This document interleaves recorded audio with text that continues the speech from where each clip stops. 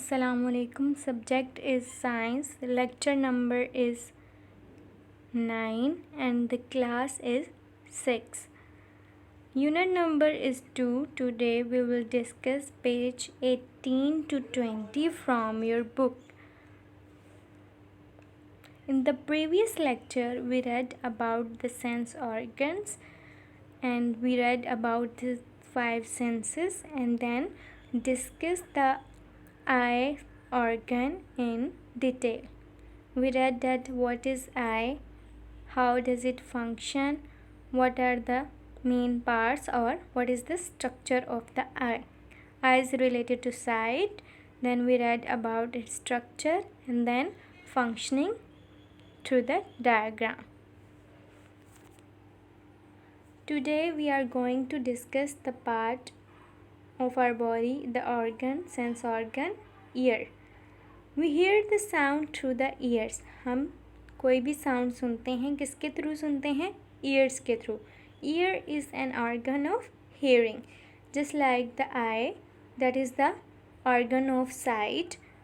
Ear is the organ of hearing. सुनने से related, समाज से related जो organ है वो है ear. Part of the ear. Year के मेन पार्ट्स 3 हैं. Outer ear, middle ear, inner ear. Outer year को हम अपनी आई से ऑब्ज़र्व कर सकते हैं. हम एक दूसरे के आउटर ईयर को ऑब्ज़र्व कर सकते हैं क्योंकि ये एक्सटर्नल है, हम देख सकते हैं. मिडल ईयर और इनर ईयर इंटरनल है, हमारी बॉडी के अंदर वाली साइड पे मौजूद है, इसको हम ऑब्ज़र्व नहीं कर सकते. Outer ear. The outer ear has pinna and ear canal. 2 parts हैं आउटर ईयर के, pinna and ear canal. Pinna वो सॉफ्ट पार्ट है जिसको आप बाहर ऑब्ज़र्व कर सकते हैं. The outer part is pinna.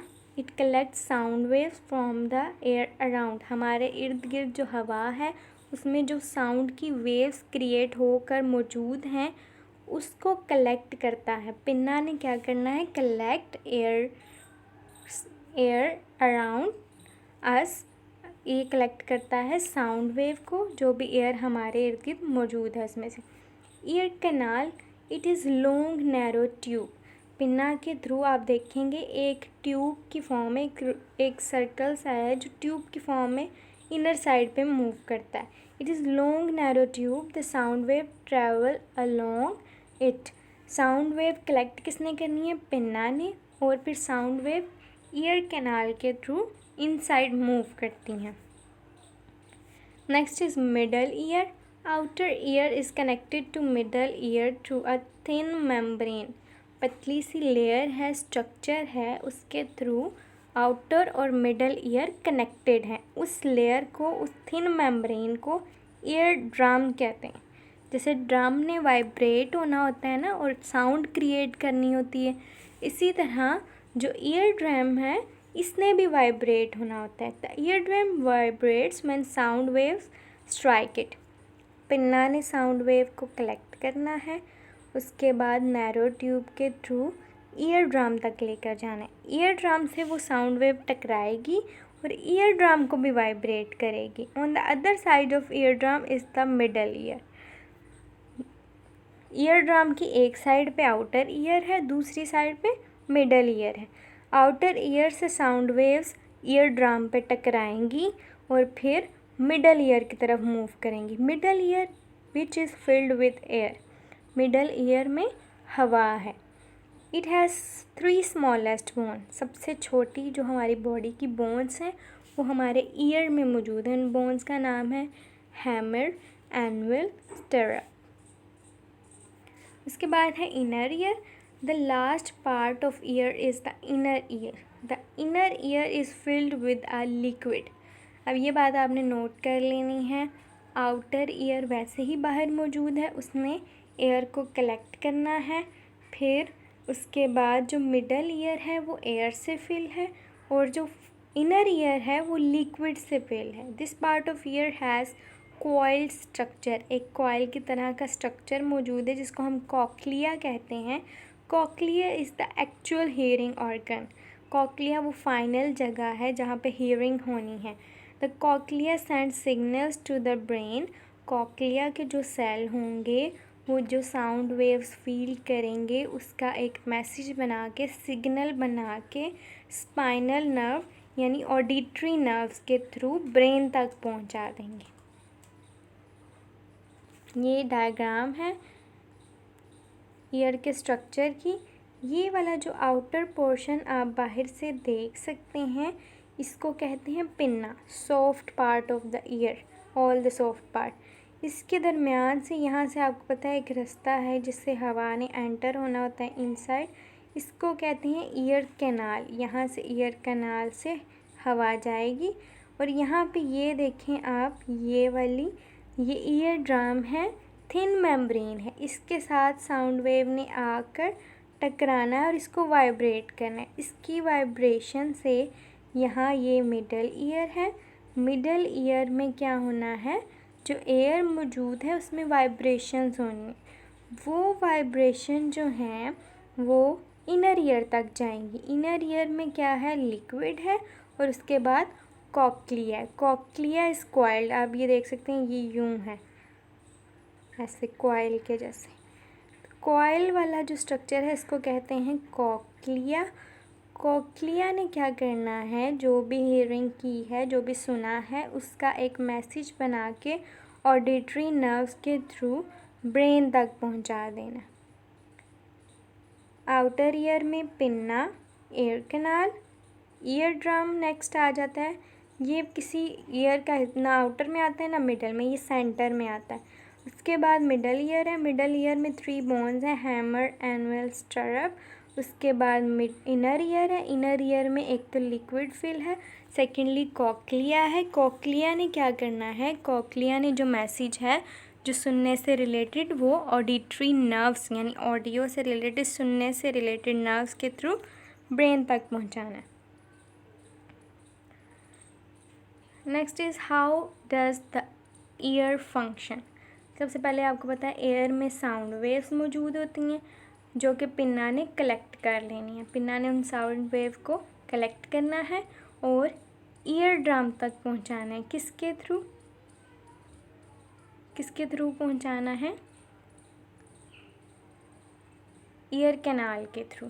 तो ईयर ड्रम तक ईयर कैनाल के थ्रू साउंड वेव पहुंचेंगी। वहाँ से 3 बोन्स यानी मिडल ईयर से जो साउंड वेव्स हैं वो कॉकलिया तक, कॉकलिया ने फिर एक नर्व के थ्रू, ऑडिटरी नर्व के थ्रू मैसेज ब्रेन तक पहुंचाना है। ब्रेन ने क्या करना है कि हमें बताना है कि हम क्या देख रहे हैं।